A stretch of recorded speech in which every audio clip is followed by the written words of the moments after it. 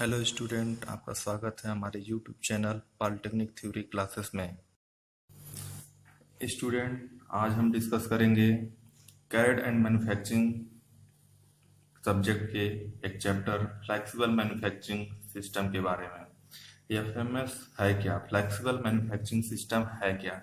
यह एक ऐसा उत्पादन सिस्टम है जिसमें होने वाले किसी भी बदलावों को समाहित करते हुए एक सीमा तक लचीलापन बनाना होता है, लचीलापन प्रदान करना होता है।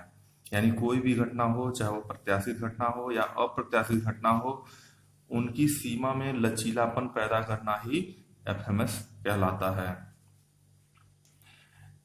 उत्पादन प्रक्रम में फ्लेक्सिबिलिटी से क्या तात्पर्य है?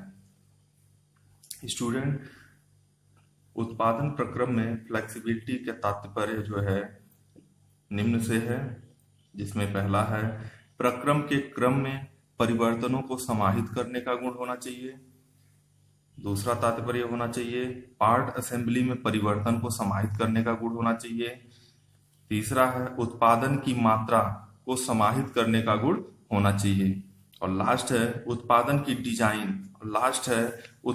की डिजाइन में हुए परिवर्तनों को समाहित करने का गुण होना चाहिए। अब आइए देखते हैं हम फ्लेक्सिबिलिटी के प्रकार। फ्लेक्सिबिलिटी कितने प्रकार की होती है, इसके बारे में देखते हैं कि फ्लेक्सिबिलिटी जो है कितने प्रकार की होती है। तो फ्लेक्सिबिलिटी हम देखते हैं दो प्रकार की होती है। पहली फ्लेक्सिबिलिटी है रूटिंग फ्लेक्सिबिलिटी और दूसरी है मशीन फ्लेक्सिबिलिटी। फ्लेक्सिबिलिटी दो प्रकार की होती है, रूटिंग फ्लेक्सिबिलिटी और machine flexibility. Type of flexibility के बाद अब हम देखेंगे एफएमएस से क्या तात्पर्य है। एफएमएस से क्या तात्पर्य है? Concept of FMS. तो एफएमएस एक तरह का लचीला ऑटोमेशन प्रक्रम है जिसमें सीएनसी मशीनों के एक समूह को ऑटोमेटेड मटेरियल हैंडलिंग सिस्टम द्वारा जोड़ दिया जाता है और सभी सिस्टम को एक सीएनसी को केंद्रीय कंप्यूटर द्वारा जोड़ दिया जाता है। यानी इसका कॉन्सेप्ट जो होता है, एक ऑटोमेटेड मटेरियल हैंडलिंग सिस्टम को जोड़ दिया जाता है सीएनसी से, और उस सीएनसी मशीन को और उससे रिलेटेड जितने भी सीएनसी मशीन हो सबको एक सेंट्रलाइज कंप्यूटर से जोड़ के ऑपरेट किया जाता है, उसे नियंत्रित किया जाता है। अब देखते हैं उत्पादन प्रक्रम में परिवर्तनों के प्रकार। कितनी प्रकार की चेंजिंग होती है मैन्युफैक्चरिंग सिस्टम में? तो हम देखेंगे दो प्रकार की चेंजिंग होती है, बाह्य परिवर्तन और आंतरिक परिवर्तन। बाह्य परिवर्तन में मैन्युफैक्चरिंग सिस्टम के बाहरी जो परिवर्तन होता है उसको बाह्य परिवर्तन कहते हैं, जबकि सिस्टम के अंदर जो परिवर्तन होता है उसे आंतरिक परिवर्तन कहते हैं।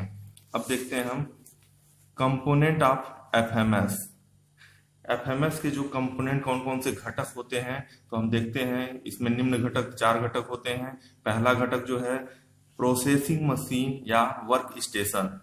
प्रोसेसिंग मशीन और वर्क स्टेशन, सबसे पहला है वर्क स्टेशन होना चाहिए। दूसरा कंपोनेंट जो है मटेरियल हैंडलिंग सिस्टम। दूसरा कंपोनेंट, मेन कंपोनेंट ये है मटेरियल हैंडलिंग सिस्टम इक्विपमेंट होना चाहिए।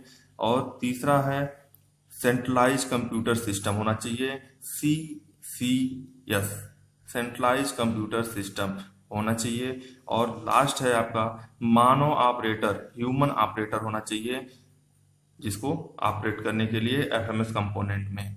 ठीक है, ये इसके मेन कंपोनेंट थे। तो उम्मीद है आपको ये वीडियो अच्छा लगा होगा। धन्यवाद।